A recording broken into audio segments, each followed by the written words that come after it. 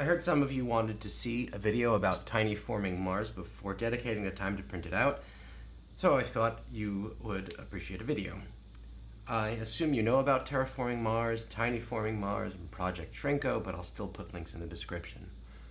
One thing before I start, this is not going to be a full set of rules. My goal is not to make a tutorial, but to give you a flavor of the game. Components. Well, the game comes with 5 sets of cards. It comes with project cards, corporation cards, which are not here, nor are the cards for awards and milestones. I'm not bothering with corporation cards, awards, and milestones. They're considered expansions, but you're welcome to play with them, and I don't want to explain them. There are also 4 resource tag tokens, and I'll describe these much later. They represent science, production, and 2 greenery. Okay. Then there's the map, which should look familiar. I'll come back to the map later, but for now what you might notice is that there are 5 water spaces, and then the rest are land spaces and a standard project selection on the left. For the game, you will need 11 red cubes representing heat, 7 green cubes representing greenery, 4 blue cubes representing oceans, I'm using brown, and 10 yellow cubes representing credits. You'll need 3 cubes representing one player and 3 representing another player. 2 of the cubes will represent cities on the map, and the third one I'm not going to explain. So let's look at these project cards. There are 14 cards in the deck, and each card represents 2 projects. You'll see they face different directions. And that's because when someone draws a project card, they look at both sides and choose which one they want for themselves and which one they want to give to their opponent. We'll get back to that later. So resource cubes. In this game, heat's going to represent 2 things. First and foremost, for each heat cube that you acquire, you'll gain 1 point at the end of the game. But it also could be used as a way to mark a space as unusable. At the end of the game, any heat cube adjacent to your city will lose you 1 point. Greenery cubes are a source for points at the end of the game when they are next to your cities. And in this game, ocean cubes will become your primary source for credits. And you might also be able to get points for them at the end of the game by having your cities next to them. So during setup, each player takes 5 credits. And you choose a player to go first.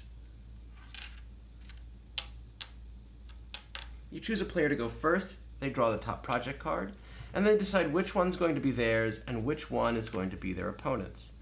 And I'm not going to describe why someone might make this decision, but let's say that the player chooses this. The other player will then draw a card and make a similar decision, and they're going to choose that. And then the starting player will draw a 3rd card and make yet another decision. And so now, at the end of what would be the research phase, each player has 3 projects they can choose from, and their opponent has 3.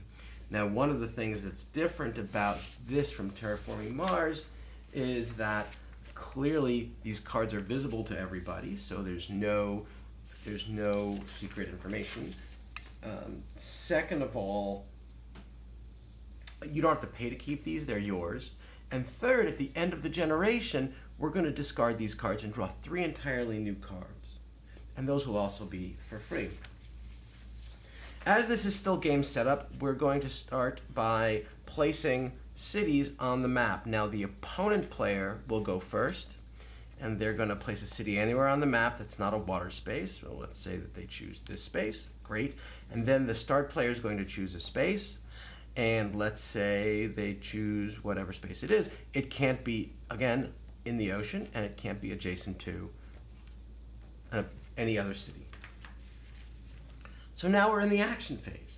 And starting with the start player, each player takes 1 and only 1 action, and then they go back and forth. So the start player takes 1, the opponent, back and forth, back and forth. And like Terraforming Mars, if you pass, then your opponent takes as many actions as they want until they pass, and that ends the action phase. An action can be one of the projects in front of you. It can also be a standard project. but you can only take one standard project per generation. Okay, so what that means is, in most cases, you'll only be able to take up to 3 + 1, or 4 actions each generation. Let's look at the standard projects. First, there's gain 1 credit, which lets you, well, if there were credits in the supply, you'd be able to take one from the general supply. Then there is place or relocate a city, which will cost you 2 credits, and you'll need 1 production tag and 1 space tag. And by paying those credits, you'll be able to place a second city. Again, that's an invalid space, but you can place it anywhere you want. Relocate also means that you can instead just move a city someplace else. For 3 credits and having 1 science tag and 1 space tag, you can place a water cube any place where there's water. You'll notice that there are tags on some of these. I'll explain that all later. For 3 credits, 1 production, and 2 greenery tags, you'll be able to take a greenery and place it anywhere you want on the board. And for 3 credits and having 1 power tag and energy tag, 1 energy tag, and 1 science tag, you take a heat cube and put it in your personal supply. So this is standard projects. Let's look at the project cards. Okay, let's look at this one. Okay, this card has on your side a cost of 2 credits, a requirement of an energy tag and a greenery tag, and a global requirement that there must be 2 oceans on the board at least for you to execute this action. And then there's a description of the action you take, which is to place a greenery cube, and it has to be placed on a hex adjacent to at least 1 water cube. That's your requirement. On the bottom, you'll also notice 2 science tags, and that I'll explain when we get to tags momentarily. Global requirements for other things, such as protected valley. There's a heat global requirement. Heat global requirements are really a little different. They're about the number of heat cubes in your supply and your opponent's supply and on the board combined. And as long as you have that minimum met, you can execute that. So tags. Where do you get these tags from to execute your projects? Well, they come from 3 places. You've seen one already. The cards, each card gives you 2 tags. So on this round, I have these 6 tags to choose from. Also, every city that you have that is placed on top of a tag is yours permanently. And by permanent, I mean until you move it. So if you move from this space to that space, you'll no longer be able to have an additional production tag, but you'll have a space tag. And third is when you place a water cube on a space that has a resource tag marker on it as well, at that point, wherever you place it, you'll take that tag. So here it has greenery. I'll take this, take a greenery tag from the general supply and put it in my personal supply. And then when I need to use this tag, I'll return it to the general supply. So then there's the income phase. And at the end of the action phase, players are going to generate income. They get 1 credit for each of their cities, plus 1 credit for each water cube bordering their cities. So this player's getting 1 credit, 2 credits. This player's getting 1 credit, 2 credits. Now this player's getting 3 credits.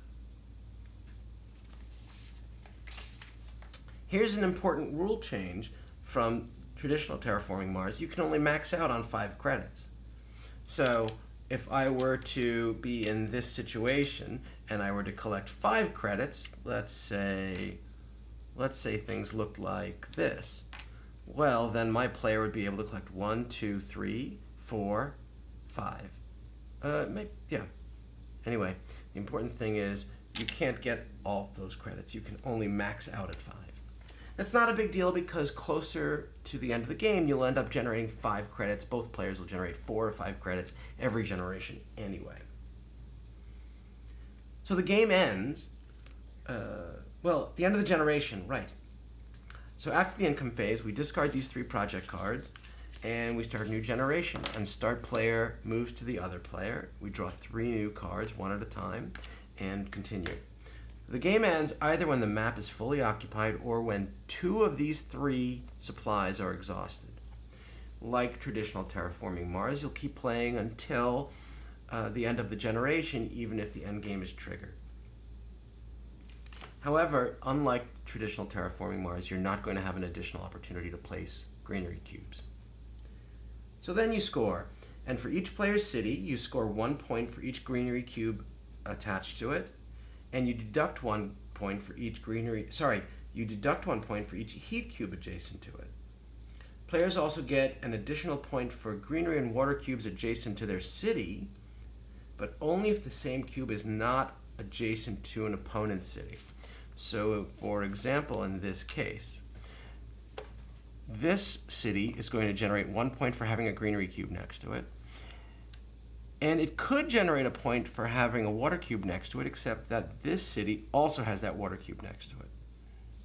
This water cube is only next to a red city. In fact, I'll do that. This water cube is only next to red cities, and so will grant the red player 1 additional point. Finally, add to that all the heat cubes in your personal supply, and that's your total. I hope you like this, and I hope you decide to give it a try.